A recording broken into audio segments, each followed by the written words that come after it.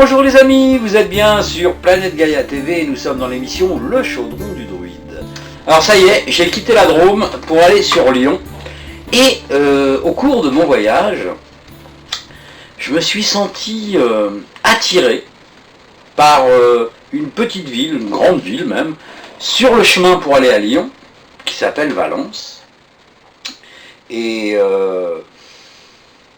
je sais pas trop pourquoi, mais quelque chose m'attirait et j'ai débarqué. Alors ici ça s'appelle Bourg-en-Valence. Bourg-les-Valence. Bourg-les-Valence. Nous sommes à Bourg-les-Valence. Et j'ai placé mon chaudron à Bourg-les-Valence et j'ai mis donc de l'eau pure de la région et j'ai rajouté un petit peu de beau temps. C'est pas extraordinaire, mais bon, ça va le faire quand même. J'ai rajouté beaucoup de bonne humeur, beaucoup de joie, beaucoup de bonheur, une grosse touche de mystère, un soupçon d'ésotérisme, et puis certains autres ingrédients secrets. Vous connaissez la formule, on est dans le chaudron du druide, donc je ne vais pas tout vous donner, bien sûr, puisque vous pourriez la copier, et ça, c'est pas bien. Et j'ai laissé mijoter mon chaudron, et quand j'ai soulevé le couvercle, je suis tombé sur Pierre-Alexandre. Bonjour Pierre-Alexandre. Bonjour. Merci de nous recevoir dans ton bureau, dans ton intimité, pour partager avec nous cet instant. Alors pour les quelques téléspectateurs qui ne te connaissent pas encore, est-ce que tu pourrais en quelques mots expliquer qui tu es, d'où tu viens, ton parcours, quoi, et surtout comment t'en es arrivé là? Eh ben écoute, avec plaisir déjà. Donc d'où je viens, qui je suis, déjà je suis géobiologue. Je suis passionné par les lieux sacrés. Ouais. Et pour la petite histoire, c'est une passion qui me vient de mon père, qui m'a transmis cette passion des lieux sacrés, de l'énergie, quand j'étais tout petit. D'accord. Et donc qui m'a emmené visiter de nombreux lieux. Alors moi je suis originaire du nord de la France, donc la région d'Amiens, mais lui est breton d'origine. Ah.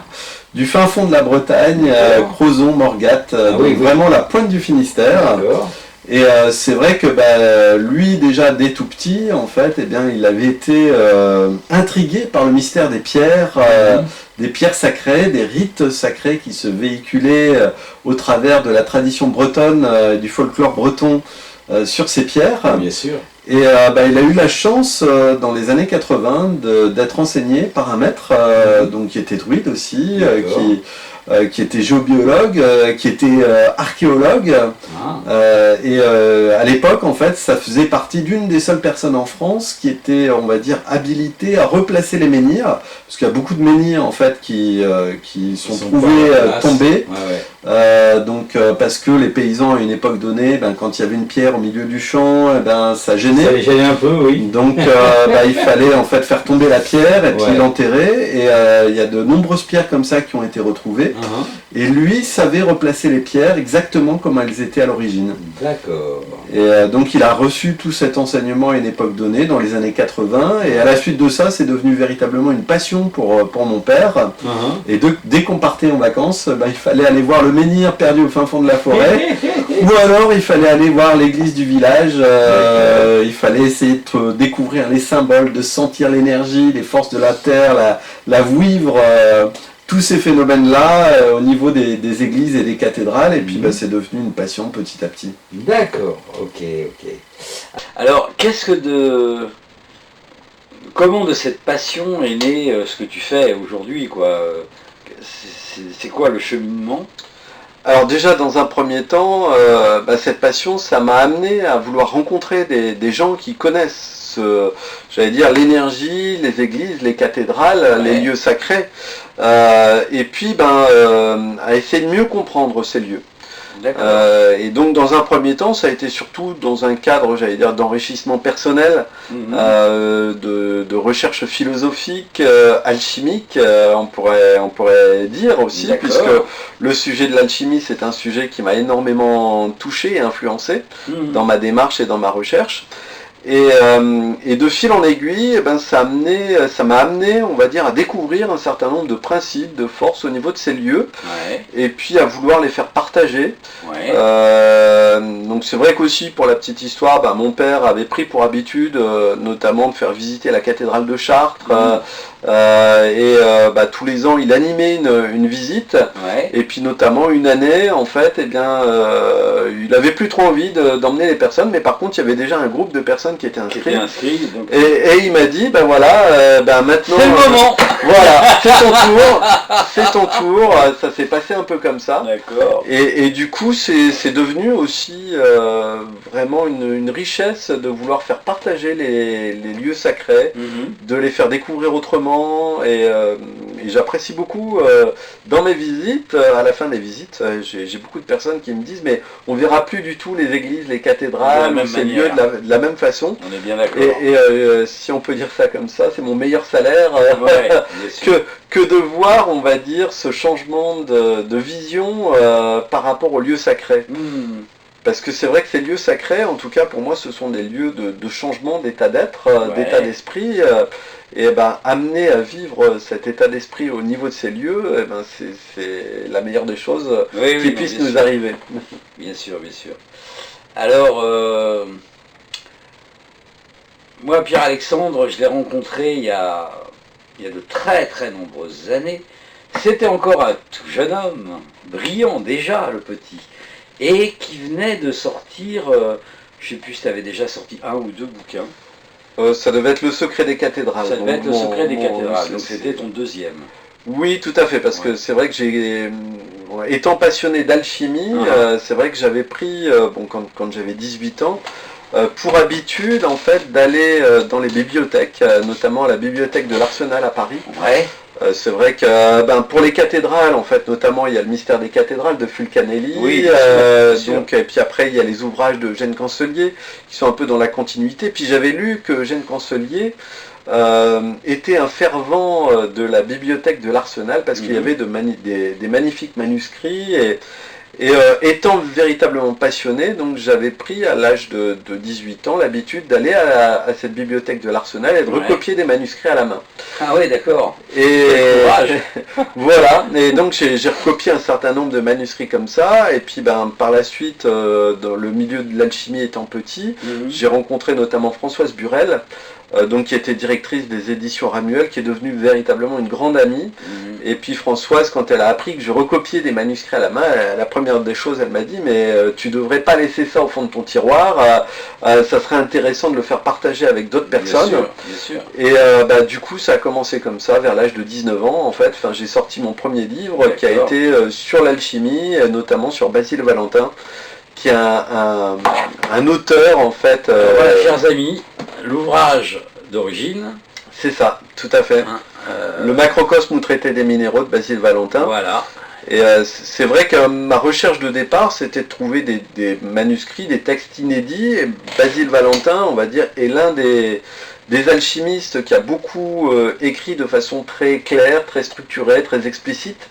Pour un auteur du 14e ou 15e siècle, en fait, il y a plusieurs versions d'ailleurs autour de ça, voire du 16e siècle pour certains.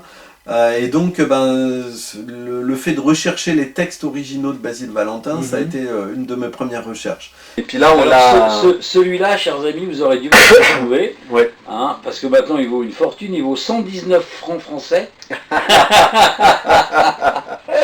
Donc aux éditions Ramuel, mais je pense pas que vous le trouveriez, que vous le trouverez. Oh là là, que vous le trouverez. Mais Pierre-Alexandre, tu as créé une maison d'édition qui s'appelle Alchemia Édition. C'est ça, tout à fait. Et tu as réédité cet ouvrage. C'est ça. Et qui s'appelle donc Les œuvres de Basile Valentin, tome 1, le macrocosme et autres œuvres. C'est ça, en fait. Donc j'ai réédité cet ouvrage il n'y a pas tellement longtemps. Et puis dans l'ouvrage, je parle aussi d'un certain nombre de textes inédit, on va dire, de Basile Valentin. Et pour la petite parenthèse, c'est le dernier livre que je viens de ressortir, qu'on vient de sortir également. Ce sont ces autres textes inédits donc de Basile, qu'on a sorti là dernièrement. C'est celui-ci. C'est marrant parce que c'est mon premier livre. Ouais. Et en même temps, c'est mon dernier en fait avec la suite. Le tome 2. Voilà. Que vous trouvez donc chez Alchemia Édition. Tout à fait. Ok, super. Mais ça, c'est un livre que tu avais on va dire, sous le coude, parce que c'est la suite de ce que tu avais fait. Et donc tu avais déjà écrit... Alors, il y avait quelques textes que j'avais écrits, Ouais. en fait, et que j'avais recopiés, mais il y a aussi, donc quand j'ai fait cette première recherche sur Basile Valentin, j'ai été voir un vieux monsieur, un vieil alchimiste à Anvers, que Françoise m'avait donné, dont Françoise m'avait donné les coordonnées. Ouais.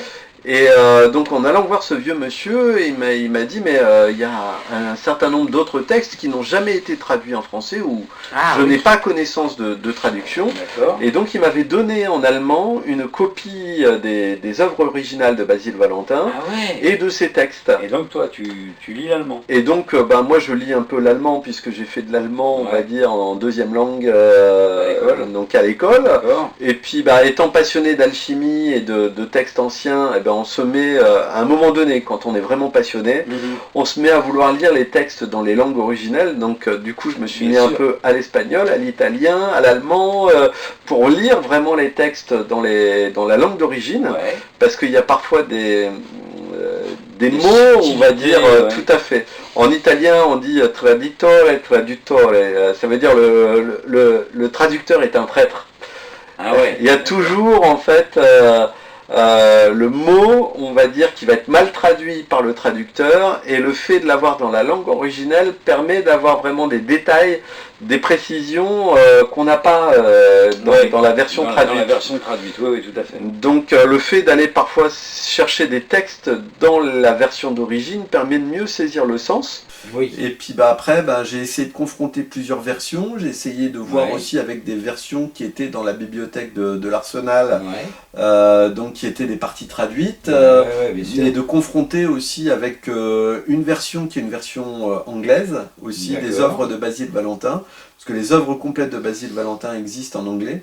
Et donc en confrontant tout ça, en fait, j'essaie de proposer pour les lecteurs français une version avec les derniers textes qui sont inédits de Basile Valentin, et aussi toute une recherche autour en fait d'un sujet qui est ce qu'on appelle la pierre de feu en alchimie. D'accord.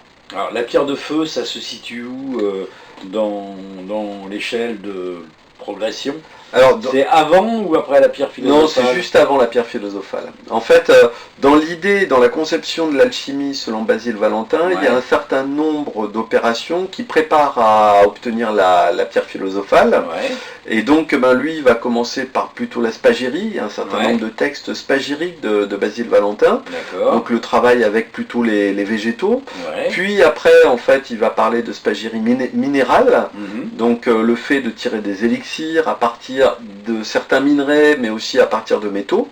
Puis après, il y a les petites pierres en fait minérales, donc qui sont les pierres qui sont inférieures en qualité, on va dire, par rapport à la pierre de feu. La pierre de feu, on va dire, c'est le summum des préparations minérales, qui est, on va dire, la pierre, on va dire, l'opération à faire juste avant de se lancer dans le grand œuvre. Et celui qui a réussi à obtenir cette fameuse pierre de feu va pouvoir avoir compris déjà un certain nombre de principes. Et ces principes vont l'amener, en fait, sur la quête de la pierre philosophale, qui est la dernière marche dans la conception, on va dire, de Basile Valentin. D'accord, ok. Donc il y a vraiment une logique là-dedans, et une progression aussi, parce que ça veut dire, là c'est vrai que moi je rencontre souvent des gens qui sont passionnés par l'alchimie, et il y a beaucoup de personnes qui se disent dès demain on se lance sur la pierre philosophale. Ah oui, non, d'accord. Et dans la conception des anciens, c'était pas possible, il fallait avoir compris un certain nombre de principes, réussi un certain nombre d'éléments qui sont préparatoires, et puis une fois qu'on a les éléments préparatoires, mais il y a aussi des matières qui ont été préparées, qui vont pouvoir rentrer dans la quête du grand œuvre. Et c'est ça qu'il faut comprendre, c'est que ce sont des marches qui vont préparer petit à petit la personne à aller vers cette quête de la pierre philosophale. Ouais, d'accord. Moi j'ai lu quelque part que on se lançait, je veux dire, dans l'alchimie à la suite d'un rêve. Pas toujours. C'est ce que j'ai lu. Pas toujours. Moi, à mon sens, il y a quand même des gens qui sont appelés à l'alchimie. Pas forcément par un rêve. Moi, ça a été, en ce qui me concerne, la découverte d'un livre. Notamment, mes parents étaient très amis avec des gens qui étaient en lien avec la tradition rosicrucienne. Donc il y avait eu un livre qui avait été offert à leur fils, donc qui était Comment on devient alchimiste de Jolivet Castelot. Et ce livre n'intéressait pas forcément mon ami qui avait 2 ans de plus que moi à l'époque. Mais bon, il m'en a parlé un peu comme quelque chose, mes parents, ma mère, elle m'a offert ce livre. Voilà, moi ça m'intéresse pas trop. Quand j'ai vu l'ouvrage, je me suis dit, mais il y a quelque chose de... Ça m'a appelé, ça m'a intrigué intérieurement, et je lui ai dit, mais est-ce que tu voudrais pas me le prêter? Et quand je suis tombé sur ce livre, en fait, c'est comme si ça m'appelait.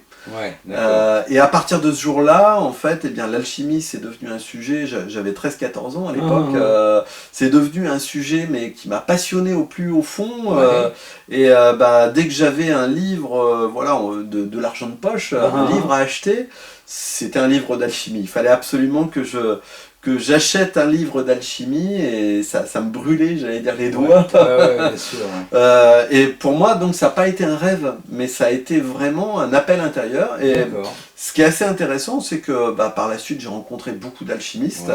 Et très souvent, c'est aussi un appel intérieur, très jeune, pour la plupart, ou même parfois à un âge avancé, de tomber sur un livre, sur quelque chose, sur un mot qui fait que l'alchimie pose question, et que ça devient comme une évidence. Ça devient une quête, non seulement une quête, j'allais dire, matérielle, mais surtout une quête spirituelle avant tout, une quête de soi, qui amène en fait à une recherche et une compréhension des forces de la nature. Parce que l'alchimiste, il va, au travers des forces de la nature, essayer d'explorer la nature, et il va essayer de saisir les forces qui sont cachées à l'intérieur. Oui, bien sûr. Et en saisissant ces forces, il se révèle lui-même, intérieurement. D'accord, ok. Bon. Génial. Donc voilà, on continue un peu dans la progression de ton cheminement, pour en arriver à ton deuxième bouquin. Et oui. Celui pour lequel on s'est rencontrés. Oui. Qui est donc Le secret des cathédrales, qui est réédité maintenant. Oui, tout à fait. D'ailleurs avant. Alors, au tout départ, en fait, on l'a édité avec Arcadis Édition. Donc Arcadis Édition, c'est aussi une petite maison d'édition que j'avais fondée autrefois. Ah oui, d'accord. Mais c'est vrai que là, avec ma compagne, en fait, on a refait une petite structure d'édition qui s'appelle Alchemia Édition. Alchemia, donc Alchemia, c'est en lien avec l'alchimie. Oui, bien sûr. D'accord. Et donc, dans le cadre d'Alchemia Édition, on vient juste de rééditer le livre, Le secret des cathédrales. Le secret des cathédrales. Voilà. Alors, parle-nous un peu du secret des cathédrales. Eh bien, ce livre... Quel est le secret des cathédrales? D'abord, est-ce qu'il y a un secret? Oui, pour moi, il y a véritablement un secret qui n'est pas forcément celui qu'on croit. Pour moi, le véritable secret des cathédrales, c'est le secret de l'énergie. D'accord. C'est-à-dire que beaucoup de personnes s'attachent aux formes, aux nombres, aux proportions. Bien sûr, il y a tout ça. Mais avant tout, en fait, ce sont des lieux, j'allais dire sacrés, des lieux dans lesquels il y a une énergie qui s'exprime. Et après, il y a eu un savoir qui s'est développé chez les maîtres architectes, auprès des gens du compagnonnage, auprès d'un certain nombre de traditions. Et quelque part, le but, en fait, de la forme des églises et des cathédrales est de pouvoir amplifier cette énergie qui jaillit de la terre ou qui vient du ciel, qui vient s'unir en fait entre les forces du ciel et de la terre, et de pouvoir, on va dire, mettre le lieu en résonance avec l'homme. D'accord. De telle manière à ce que ça devienne opératif sur lui et que ça vienne le transformer, le transmuter. Et on parle dans ces cas-là d'une transmutation intérieure et non pas d'une transmutation extérieure comme dans le cadre de l'alchimie, mais l'alchimie elle a à la fois intérieure et extérieure. Elle est à la fois ou elle est l'un ou l'autre? Non, pour moi, elle est véritablement à la fois. Paracelse se disait, nul ne peut transmuter s'il ne sait déjà transmuter lui-même. Donc en fait, il y a quelque chose qui va être parallèle dans une démarche d'alchimie, C'est-à-dire que la personne, au fur et à mesure qu'elle va être au contact des forces de l'univers, des forces de la Terre, elle vit une transformation intérieure qui peut se reproduire aussi dans ce qu'elle va opérer au sein de son laboratoire, au sein de son creuset ou de son ballon. Mais en fait, quelque part, ce n'est qu'une fixation de ce que la personne vit intérieurement, d'une certaine façon. D'accord. Alors Fulcanelli, lui, dans son courant, prônait le travail de l'alchimie interne. Alors, pas forcément. C'est vrai que dans la vision en fait et dans la représentation qui est exprimée dans les livres de Fulcanelli, donc le mystère des cathédrales et les demeures philosophales, en fait il parle surtout d'un symbolisme qui existe et qui existait autrefois, qui est sur l'aspect des cathédrales, et c'est le premier en fait à dire mais le symbolisme qu'on retrouve sur les cathédrales, il n'est pas seulement à vocation spirituelle, il est aussi à vocation matérielle, il y a des détails matériels qui sont représentés dessus, il y a des analogies qui sont véritablement en lien avec l'alchimie. Et il met l'accent sur le fait qu'à une époque donnée, eh bien, certains constructeurs d'églises et de cathédrales étaient aussi des alchimistes. Oui, d'accord. Donc ça c'est le premier à véritablement mettre ce lien-là, et après, la plupart des ouvrages, enfin des éléments dans ces deux ouvrages, eh bien, il va essayer de mettre l'accent plutôt sur la partie opérative, c'est-à-dire qu'est-ce qui se passe au laboratoire au niveau de la matière, comment la matière se transforme, mais c'est vrai qu'il va moins mettre l'accent sur la partie de l'alchimie intérieure, qui sont l'aspect des vices et des vertus qu'on retrouve, puisque par exemple, sur la cathédrale Notre-Dame de Paris, il y a plusieurs interprétations possibles. On voit, alors malheureusement, la cathédrale, on sait ce qui lui est arrivé, mais encore, il y a encore la possibilité de voir les fameux médaillons alchimiques qui sont au niveau de la façade, et c'est véritablement la partie la plus importante, parce que ces médaillons peuvent avoir une double lecture, à la fois la lecture des vices et des vertus.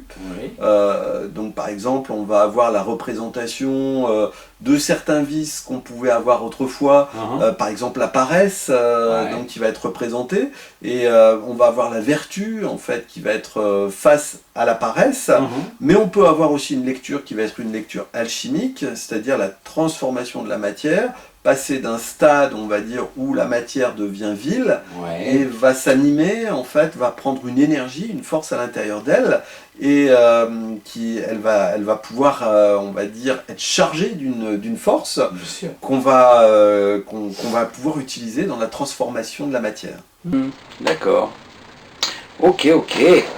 Donc ça, c'était le secret des cathédrales. Donc pour toi, le vrai secret de la cathédrale, c'est l'énergie, quoi. C'est ça, et quelque part, c'est un peu le secret de l'alchimie aussi, en fait, sans pour en dire autrement des choses. Mais c'est vrai que, quelque part, ce livre, Le secret des cathédrales, il est venu, j'allais dire, à la suite de tout l'enseignement que mon père m'a transmis. D'accord. C'est-à-dire que au fil du temps, j'ai été visiter de nombreuses églises et cathédrales avec lui, et donc il m'avait transmis un message et un certain nombre de principes, donc avec des parcours énergétiques, avec des approches au niveau de ces lieux. Et à un moment donné, je me suis posé la question, mais est-ce qu'il n'y a que mon père qui parle de ça? Est-ce qu'il n'y a pas d'autres personnes qui parlent de ce sujet?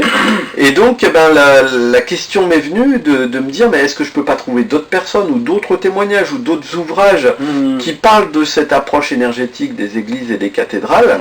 Et c'est là où j'ai commencé, on va dire, à essayer à trouver d'autres témoins, d'autres personnes, à rencontrer des gens, que ce soit dans le cadre du compagnonnage ou dans le cadre d'autres approches, ou même de lire des livres qui soient traditionnels et qui abordent ce sujet, on va dire, de l'énergie des lieux. Même si c'est de façon symbolique ou parfois un peu voilée, parce qu'il y a eu une époque où, quand on disait les choses, il fallait le dire pas forcément directement. On voit, par exemple, il y a des ouvrages qui m'ont beaucoup marqué, qui sont les ouvrages d'Henri Vincenot. Henri Vincenot avec le pape des escargots, les étoiles de Compostelle. Et bien c'est aussi un témoignage d'une certaine manière de cette approche énergétique des églises et des cathédrales. Et donc voilà, à un moment donné, je me suis dit, mais je vais essayer de trouver un tout un tas de personnes qui ont pu parler de ça et qui me confortent là-dedans. Et à la suite de cette recherche, j'ai voulu faire un peu une synthèse des principes essentiels, énergétiques qu'on retrouve dans les églises, dans les cathédrales, un peu dans la continuité aussi, par exemple, de Jean Charpentier, donc Louis Charpentier, donc, qui avait abordé les mystères de la cathédrale de Chartres. Mon père, en fait, me disait toujours, Louis Charpentier, lui, il a abordé toute la partie, on va dire, sacrée de la cathédrale de Chartres, mais il lui a manqué le domaine de l'énergie. Et il m'a toujours dit, en fait, que s'il avait abordé ce sujet de l'énergie, en fait, son livre aurait été complet.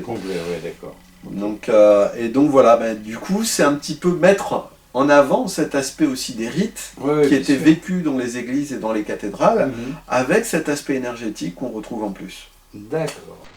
Alors, quelques temps après le mystère des cathédrales, tu as créé une revue. Oui, tout à fait. Qui s'appelait tout simplement l'alchimie. C'est ça, Voilà, l'alchimie. Voilà, donc là j'ai plusieurs numéros. On peut en trouver encore ? Alors oui, on a un site alchemia.fr et sur Alchemia, vous pouvez commander quelques anciens numéros ou demander. C'est vrai qu'à une époque donnée, jusqu'à épuisement, quoi. Voilà, c'est ça. Il n'y aura pas de réédition. Non. Ça c'est pas vraiment prévu à la réédition. D'accord. C'est un travail assez ancien, si je puis dire, parce que ça date des années 99, 98, donc il y a presque une vingtaine d'années maintenant. Mais bon, il y a toujours des choses... Ah oui, tout à fait. Alors, c'est une idée, c'est peut-être complètement stupide, mais ça serait pas possible de rééditer, mais sous forme de livret. Enfin, voilà, là il y en a quatre. Et de rééditer un cahier qui regrouperait les quatre. Oui, il y en avait même 6 en fait en grand format, et puis après il y a eu des revues en fait en format petit format, en format bulletin. Donc il y a eu plusieurs essais qui ont été faits autour de cette revue. Enfin, voilà, le but c'était vraiment à l'origine, puisque je connaissais pas mal d'alchimistes en France et ailleurs, c'était de les interviewer, de leur donner carte blanche pour parler un peu de ce qu'ils faisaient au niveau de l'alchimie, et puis d'avoir un partage autour de ce thème de l'alchimie, donc en expliquant aussi quelques recettes de labo, quelques approches, puisque vraiment l'alchimie elle se veut aussi opérative et pas seulement, j'allais dire, philosophique. Bien sûr. Et donc le but c'était même avec des petites recettes, ça pouvait être faire un élixir ou un sirop de coquelicot par exemple, des choses comme ça. Les druides qui préparaient leurs potions, c'est un peu ça. Alors dans la revue, on ne trouve pas la recette de Panoramix. Elle est restée secrète et vous l'aurez pas. Mais cela dit, c'est vrai qu'il y avait un alchimiste druide, donc, qui était André Savoret. Savoret, bien sûr. Donc qui avait abordé toute une approche très particulière, à la fois alchimique et druidique, en rapport avec la préparation du gui.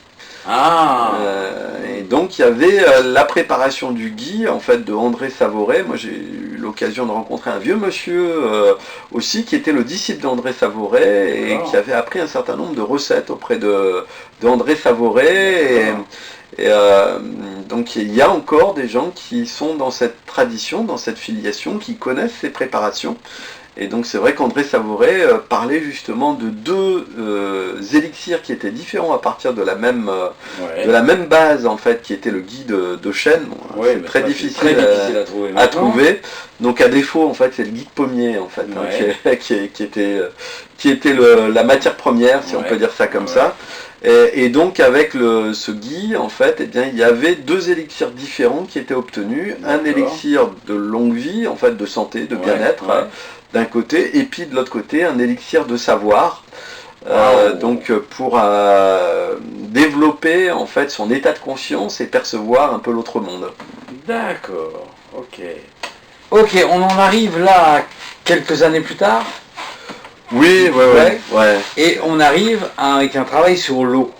Tout à fait. L'eau est un domaine qui, toi, te touche de près, qui t'intéresse énormément, parce que je crois que Terre de Lys travaillait beaucoup sur l'eau. Tout à fait. Alors Terre de Lys, tu peux expliquer en 2 mots? Oui, Terre de Lys, en fait, c'est une société notamment que mon père a créée, donc fin des années 88, en 1988-89. Donc le sujet de base, en fait, était sur la structure de l'eau, sur la qualité de l'eau. Et donc on a travaillé avec les plus grands spécialistes mondiaux sur l'eau à l'époque donnée. Moi j'étais en licence de physique à l'université d'Amiens. Et donc j'ai fait beaucoup de recherches sur l'eau et ça a été mon sujet de prédilection pendant des années. D'accord. Et là donc on arrive en 1900... Alors là en fait c'est beaucoup plus tard, on est en 2002, 2003, quelque chose comme ça, où je commence à lancer un peu ce travail sur l'eau, et le livre en fait je crois qu'il va sortir que vers 2008-2009, quelque chose comme ça. Ah ok, d'accord, donc ça a pris du temps. Oui, ça a pris du temps parce que... C'est les secrets de l'eau. Oui, ouais. C'est un peu en fait notre... la thèse, on va dire, de travail sur l'eau, si on peut dire ça comme ça. Ouais. Parce que le but en fait c'est de bien expliquer, de bien comprendre l'eau. L'eau en fait c'est un élément essentiel à la vie. Même dans le cadre de l'alchimie, c'est un élément essentiel. On est fait entre 60 à 90% d'eau. Et ce qui est aussi intéressant, c'est que un nouveau-né, eh bien, il a pratiquement 90% d'eau, alors que quelqu'un qui est à l'âge adulte en a moins, et quelqu'un qui est à la vieillesse, en fait, sur la fin de sa vie, en a encore moins. Donc on pourrait se dire, en fait, que l'eau, c'est le facteur de vieillesse.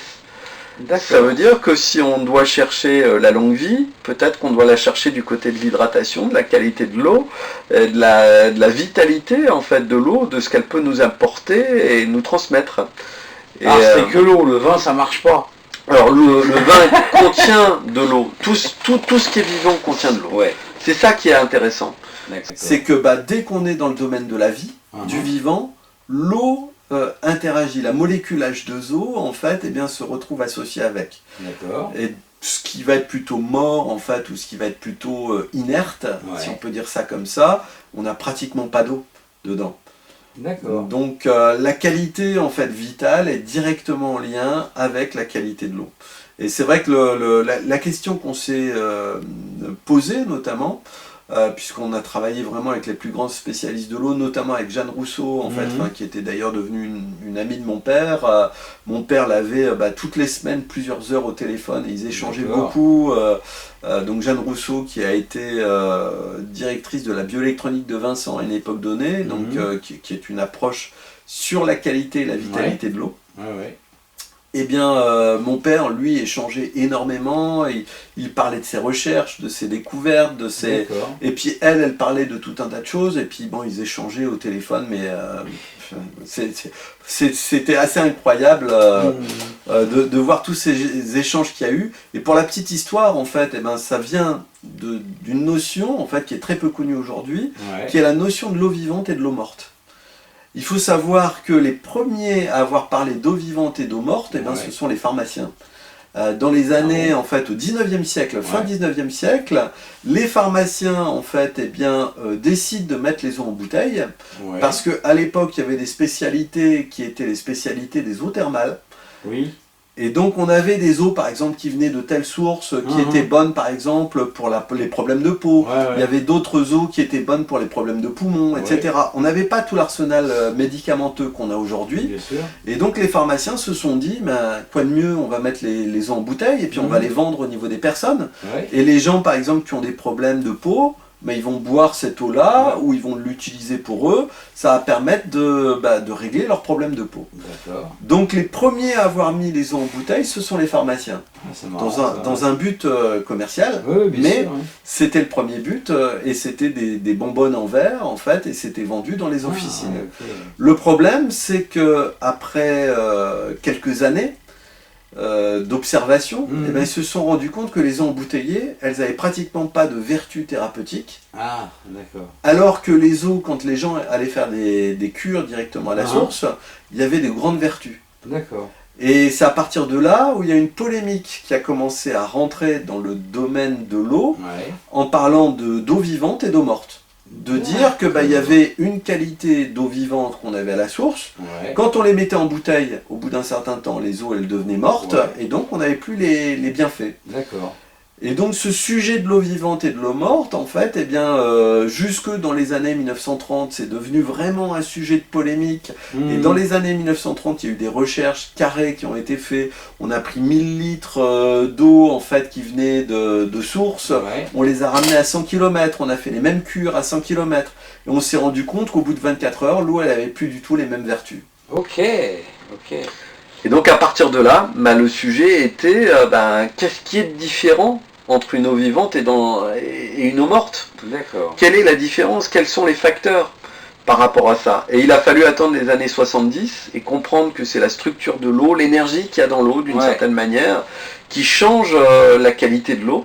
D'accord. Et mon père, lui, a trouvé une approche, une méthode, donc avec des céramiques qui permettent de redonner la vitalité à l'eau, de redonner la qualité vivante à l'eau, avec tous les facteurs de départ. Donc une eau morte, on peut la rendre vivante. Et on peut lui réamener en fait sa qualité vitale d'origine. Donc c'est pour ça que nous on parle de revitalisation de l'eau et non pas de dynamisation de l'eau, parce qu'il y a beaucoup de processus. C'est quoi la différence?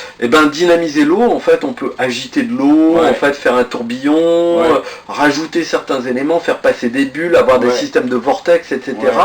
Tous ces principes visent à dynamiser l'eau, ramener un dynamisme dans l'eau, mais c'est pas pour autant qu'on va la ramener vivante. Ah, d'accord.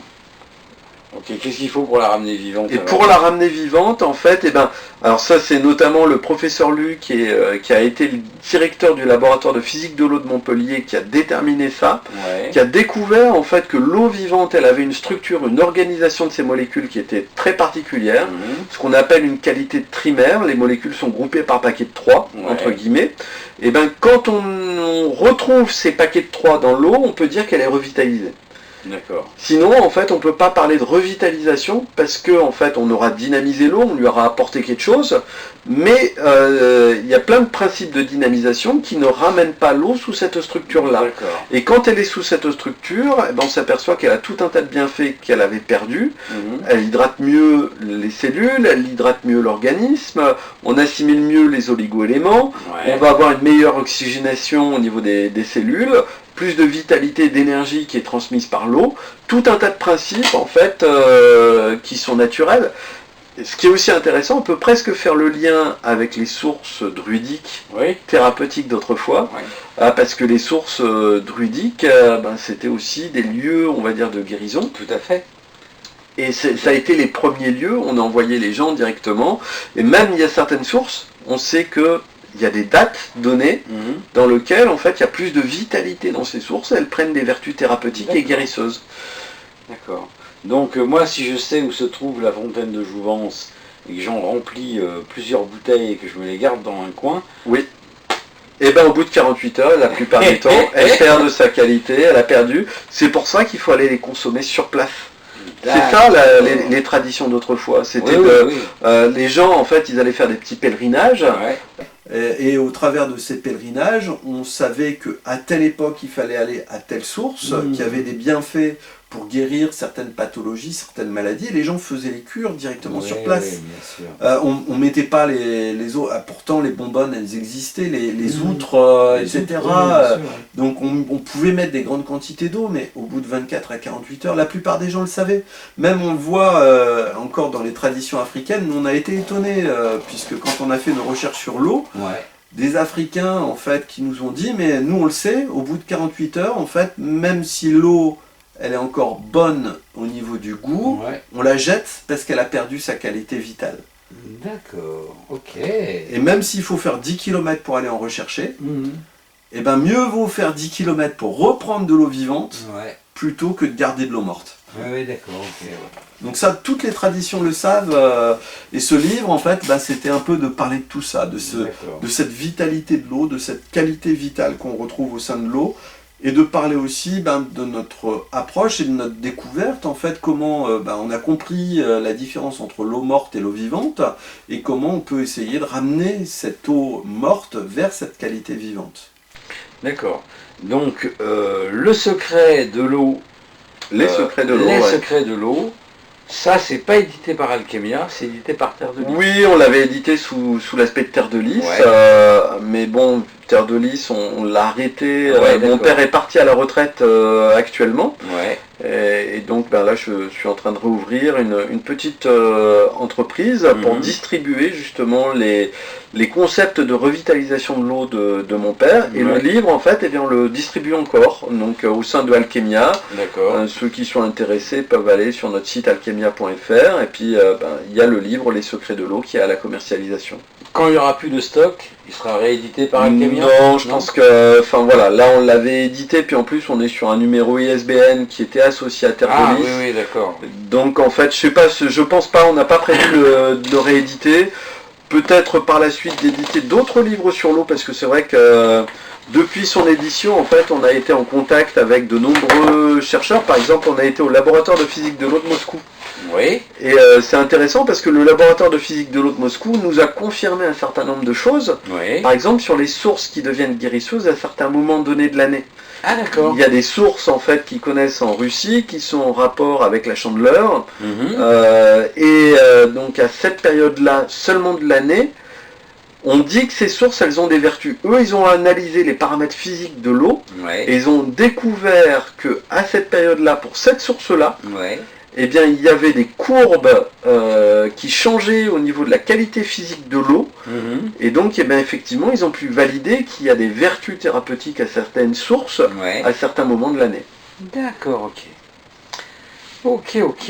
Donc, si je réédite un livre sur l'eau, je pense que ce le sera un remettrai à livre jour. peut-être différent, en fait, pas forcément celui-ci, mais écrit différemment pour parler justement de ces qualités vitales de l'eau.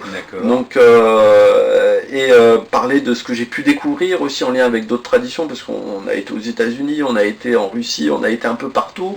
On a travaillé avec plein de chercheurs de par le monde. Et j'aimerais bien justement aborder ces autres sujets sur cette vitalité de l'eau et sur les qualités de ce que l'eau peut nous apporter. Ok, d'accord. Ok, pour terminer, on en arrive sur Lyon. Oui, là, tu as édité 2 bouquins. Oui. Écrits et édité 2 bouquins. Le premier, c'est donc Les énergies de la cathédrale de Lyon. C'est ça. Voilà, on va commencer par lui. Alors, qu'est-ce qu'elle a de spécial, cette cathédrale de Lyon? Déjà, elle n'est pas très connue. On parle beaucoup de la cathédrale de Chartres, de Rouen, d'Amiens, des cathédrales du nord de la France. En fait, moi, ça fait un peu plus d'une vingtaine d'années que je suis arrivé dans la région. Et c'est vrai que, ayant été initié plutôt au style gothique par mon père, aux cathédrales gothiques, quand je suis arrivé dans la région, eh bien, j'ai été un peu, j'allais dire, dans un premier temps, désorienté. Pas déçu, mais plutôt désorienté, parce qu'on a beaucoup de constructions qui sont de style roman ici. Et je ne reconnaissais pas, on va dire, l'enseignement qui m'avait été transmis par mon père au niveau des églises et des cathédrales. Donc la première des choses, ça a été pour moi d'essayer de retrouver des églises et des cathédrales qui ressemblent au style gothique en fait du nord de la France. Et la plus grande cathédrale de style gothique qu'on a dans la région, c'est la cathédrale Saint-Jean de Lyon. Ouais, tout à fait. Et donc j'ai commencé à étudier cette cathédrale, et puis là j'ai vu un certain nombre de choses qui m'ont frappé. Notamment par exemple les médaillons au niveau de la cathédrale, ils ressemblent aux médaillons de la cathédrale de Rouen. D'accord. Et pour la petite histoire, eh bien, les maîtres faisaient le tour de France et allaient de chantier en chantier aussi pour initier les disciples. Et on sait que l'école de Rouen, ou le maître de l'école de Rouen, est passé par la cathédrale de Lyon et a transmis son style, son savoir, son symbolisme.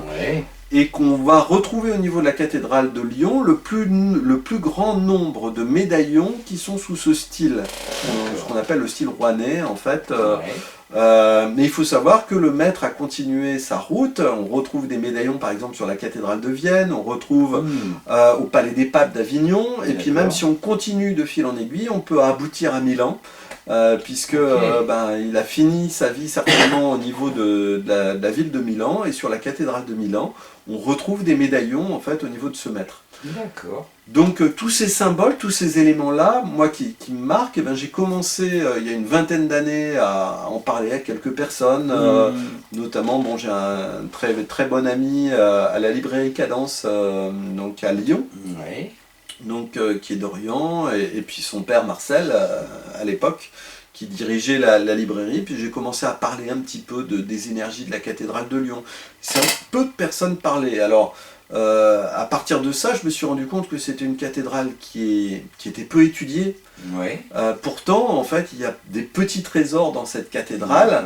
Donc j'ai commencé à explorer les données historiques, parce que pour moi, dans une étude de lieux sacrés, j'essaye de combiner plusieurs facteurs. Ouais. J'essaye de combiner à la fois les facteurs historiques, la recherche, on va dire, sur le symbolisme, la recherche sur les légendes, sur les contes, et puis à côté de ça, en fait, eh bien, les recherches géobiologiques un peu plus classiques, les tracés, les formes, l'architecture, et tout ça, en fait, ça révèle souvent des points d'énergie qu'on va pouvoir percevoir à la fois dans les symboles, à la fois dans la géométrie sacrée, à la fois dans la symbolique qu'on peut retrouver au niveau des lieux.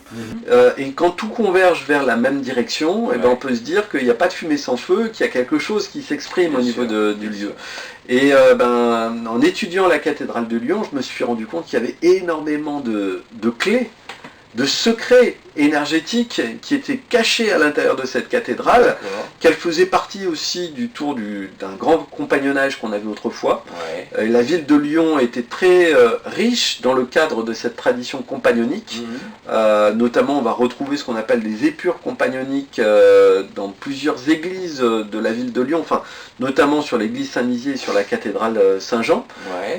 Et que la cathédrale, en fait, en tout cas, c'était un haut lieu sacré dans le cadre du compagnonnage. D'accord, d'accord. Alors c'est ce qui t'a amené vers le deuxième bouquin, parce que le premier traite que de la cathédrale. C'est ça, le premier, j'ai découvert un certain nombre de principes autour de la cathédrale et sur la cathédrale Saint-Jean. Et ce qui m'a amené aussi à voir que la cathédrale était placée sur un nœud énergétique, et que ce nœud énergétique, on avait autour donc de la cathédrale un certain nombre d'églises qui étaient placées sur un maillage énergétique. Et donc m'est venue l'idée, dans un deuxième temps, d'essayer d'explorer ce maillage énergétique sur les autres parties de la ville de Lyon. Donc là, le deuxième livre va explorer plutôt qui est la zone de la colline de Fourvière, qui est la zone, on va dire, gallo-romaine de la ville de Lyon. Ça m'a amené aussi à trouver un certain nombre de secrets, de points, de lieux qui n'étaient pas connus. Et puis parfois, il y a des lieux sur lesquels j'étais passé juste à côté, mais je ne les avais pas vus. Mais en faisant une démarche de recherche énergétique et symbolique au niveau de la colline de Fourvière, j'ai découvert des petits trésors. Par exemple, il y a une pierre levée en fait qui se trouve en plein milieu de la colline de Fourvière, où tout le monde passe à côté. Et pourtant, cette pierre, elle a été placée il y a plus de 200 ans certainement au niveau de la ville de Lyon. C'est un peu, j'allais dire, la petite sœur du gros caillou de la ville de Lyon. Et tout le monde passe à côté sans le savoir, sans le voir, ni pourquoi ni comment. Et en faisant mes recherches, je me suis dit, tiens là, au niveau énergétique, il devrait y avoir quelque chose. Et quand je suis venu sur place, j'ai halluciné parce que j'ai vu qu'il y avait une pierre en fait qui était là. Donc c'est ça qui est assez étonnant. Et pareil, un autre lieu aussi au niveau de la colline de Fourvière, je suis passé à côté de nombreuses fois une croix qui est placée en fait sur un point, et en cherchant, je me suis dit, mais tiens, là, il devrait y avoir quelque chose. Et en revenant sur place, effectivement, il y avait une croix. Et cette croix, elle existait déjà depuis la plus haute antiquité, puisque dès le 15e, 16e siècle, en fait, on a des écrits qui nous parlent d'une croix antique qui était placée à côté d'une pierre qui était levée. Donc dans le cadre de la tradition, celtique, druidique, énergétique, les pierres levées, en fait, elles avaient toujours une connotation qui était extrêmement forte. Oui, bien sûr. Et là, il y avait à côté de cette croix une pierre qui existait autrefois, qui est marquée sur des textes anciens, sur un certain nombre de textes. Ouais. Aujourd'hui, la croix n'y est plus, la pierre n'y est plus, Ouais. mais la croix elle est est toujours. Ouais, d'accord. Ok. Donc c'est les énergies de la ville de Lyon, la colline de Fourvière. Alors je vois que là il y a marqué tome 1, ça veut dire qu'il va y en avoir un autre? Oui, tout à fait, parce que le but, en fait, puisque j'ai commencé à explorer autour de la cathédrale, donc les différentes zones énergétiques au niveau de la ville de Lyon, Ouais. eh bien, il y a un deuxième ouvrage qui est prévu, qui est plus sur la partie du centre-ville, D'accord. sur un certain nombre d'églises dont j'ai pas parlé donc, dans ce premier ouvrage, et donc je suis dans l'écriture de ce deuxième tome, D'accord. donc qui inclura notamment l'abbaye de Saint-Martin-d'Ainay, l'église de Saint-Nizier. Donc pour moi, l'église de Saint-Nizier, c'était vraiment l'église du compagnonnage. C'est la deuxième église sur laquelle on retrouve une épure compagnonique. Et donc je vais parler de tout un tas de secrets et de mystères dans ce deuxième ouvrage. D'accord. Et puis je vais parler aussi de l'alchimie, de personnages qui ont marqué la ville de Lyon. Donc voilà, Ça sera l'occasion de faire une nouvelle vidéo. Voilà, avec grand plaisir. Ok, génial. Écoute, pour conclure, je voudrais qu'on parle du dernier travail de Le Quantic Pierre Drink. Alexandre. Alors, je ne sais pas si on va bien le voir comme ça. Alors, explique-nous qu'est-ce que c'est. Alors, le Quantis Drink, en fait, eh bien, c'est le dernier né des recherches de mon père. Ouais. C'est-à-dire que pour revitaliser l'eau, notamment, il a découvert qu'il fallait une sorte de champ électrostatique avec une fréquence qui soit particulière, qui agisse au sein de l'eau. Et donc il a développé un procédé de fabrication donc avec des encres, où les encres vont être déposées d'une certaine façon directement sur un support. On a des encres métalliques, et entre les encres métalliques, on va avoir un champ électrostatique qui va être généré. D'accord. Et ce champ électrostatique, quand on pose simplement la bouteille dessus, eh bien, ce champ électrostatique va agir sur les molécules d'eau et les restructurer, les revitaliser. Donc c'est le concept. Donc c'est aussi un produit qu'on a testé en laboratoire, puisqu'on l'a fait valider par le laboratoire Berthet notamment. On a travaillé avec aux États-Unis un médecin donc qui est le docteur Schultz, donc qui a travaillé sur les individus et sur l'impact de l'eau revitalisée sur les personnes. D'accord. Et donc qui a déterminé vraiment qu'on avait une amélioration au niveau de la qualité de l'eau et des bienfaits que l'eau peut nous apporter. Et puis avec le laboratoire Berthet, on a surtout démontré que si on a des virus ou des bactéries, notamment les bactéries type Escherichia coli, eh bien, on met la bouteille dessus, on détruit les bactéries. Alors, pour l'action en fait de revitalisation, il faut un minimum, on va dire, de 20 minutes pour 1 litre à 1 litre et demi. Mais le fait que la bouteille soit en plastique, c'est pas gênant? Non, en fait, le plastique en tant que tel, c'est juste le contenant. Alors, c'est vrai que pour les bouteilles plastiques, il faut savoir qu'avant, il y avait surtout un problème avec qu'on appelle le bisphénol A, qui sont des résidus d'éléments de pétrole qui sont dans les plastiques en fait et qui vont migrer petit à petit dans l'eau, surtout quand il fait chaud. Il faut savoir que depuis en fait 2008, donc les premiers à avoir parlé de ça, c'est Santé Canada en fait, où ils ont fait pas mal d'expérimentations sur les eaux embouteillées. Et à la suite de ça, en Europe, il y a eu des normes qui ont été mises en place et qui fait que les plastiques aujourd'hui sont absolument sans bisphénol A. Donc aujourd'hui, le plastique pose beaucoup moins de problèmes que ce qu'il a posé à une époque donnée, puisqu'on a des plastiques de qualité biologique. Après, c'est peut-être pas l'idéal non plus, en fait, en termes d'empreinte écologique ou dans différents facteurs, mais il faut savoir qu'on a pratiquement plus de migration d'éléments toxiques au niveau de l'eau, et donc il n'y a pas de problème à utiliser du plastique en tant que tel.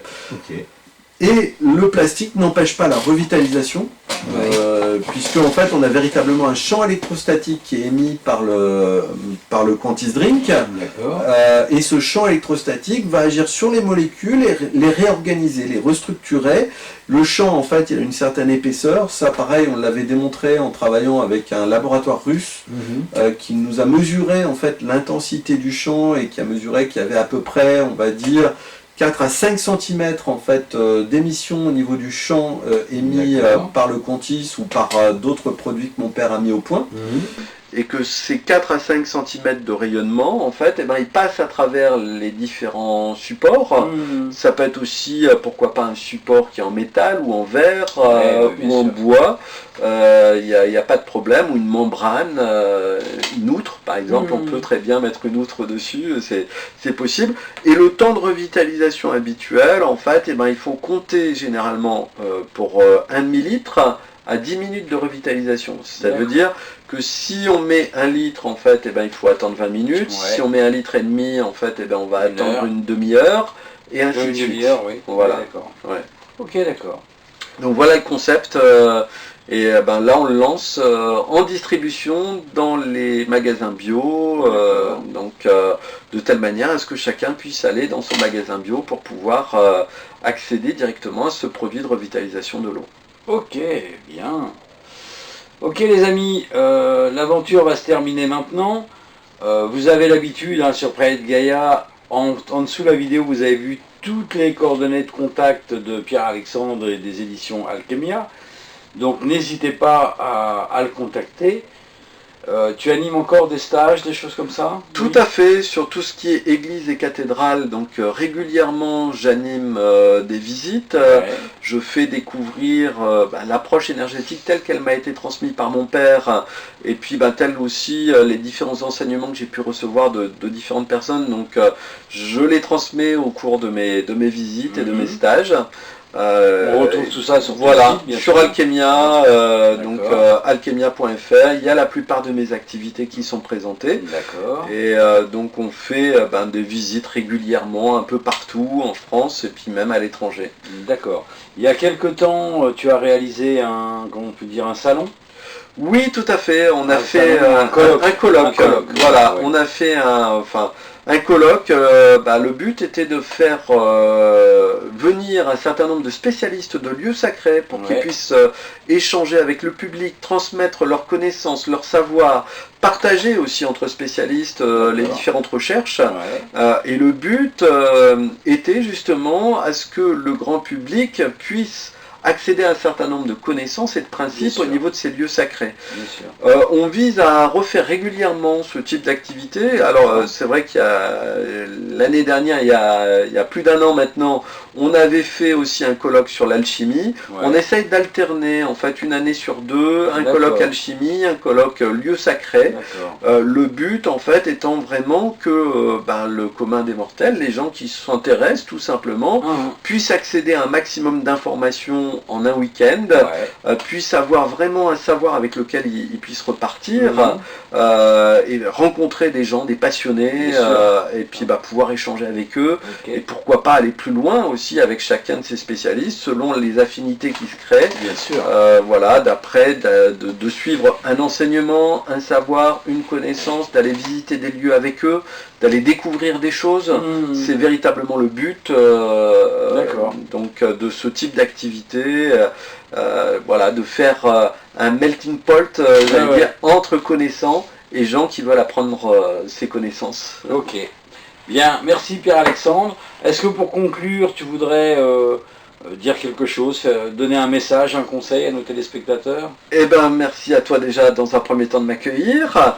Et puis après, c'est vrai que les lieux sacrés, on va dire, et l'alchimie, ce sont des sujets de passion. Et donc, il ne faut pas hésiter en fait à essayer de rencontrer des gens, d'échanger en fait avec ces personnes.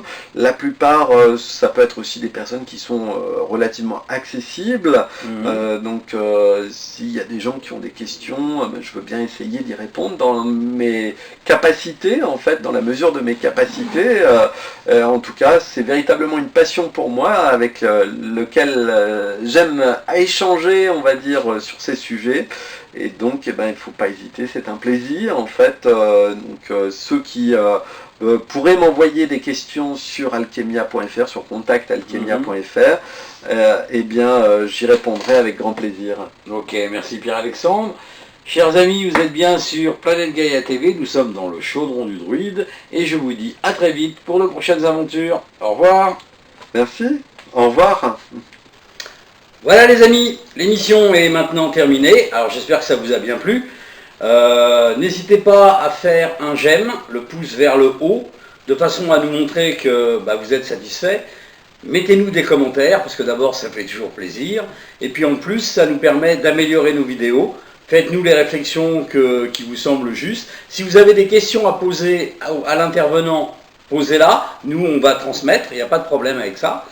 La règle, c'est bien sûr le partage. Plus vous allez partager, plus on sera connu. Plus on sera connu, plus on aura de soutien. Et donc, on pourra faire du travail de meilleure qualité encore. N'hésitez pas à aller sur la plateforme Tipeee. L'adresse est en dessous de la vidéo. La plateforme Tipeee, c'est notre plateforme de financement participatif, ce qui nous permet de pouvoir continuer, pouvoir exister, de changer notre matériel et de nous déplacer. Donc vous pouvez faire un don de 1 euro à, je sais pas moi, 1 million d'euros, si ça vous fait plaisir, d'une manière mensuelle, donc avec un engagement, ou d'une manière ponctuelle, c'est-à-dire juste une fois. Plus on aura de sous de votre part, plus on aura un budget prévisionnel conséquent, et donc plus on pourra prévoir de vidéos. On pourra prévoir aussi de changer notre matériel, encore une fois, de façon à avoir un matériel encore plus performant. Actuellement, on sort une vidéo par semaine, tous les lundis, et là, le but de cette année, c'est progressivement d'arriver à 2 vidéos, donc une autre le jeudi. Donc vous allez voir apparaître des nouvelles vidéos de temps en temps, mais de plus en plus souvent le jeudi, donc pour arriver à 2 vidéos. Pour ça, on a besoin de vous, parce que sans vous, sans votre argent, qui est le nerf de la guerre, malheureusement, on ne pourrait pas exister. Donc, je vous remercie d'avance pour votre soutien, et je vous dis à bientôt pour de prochaines aventures. Au revoir.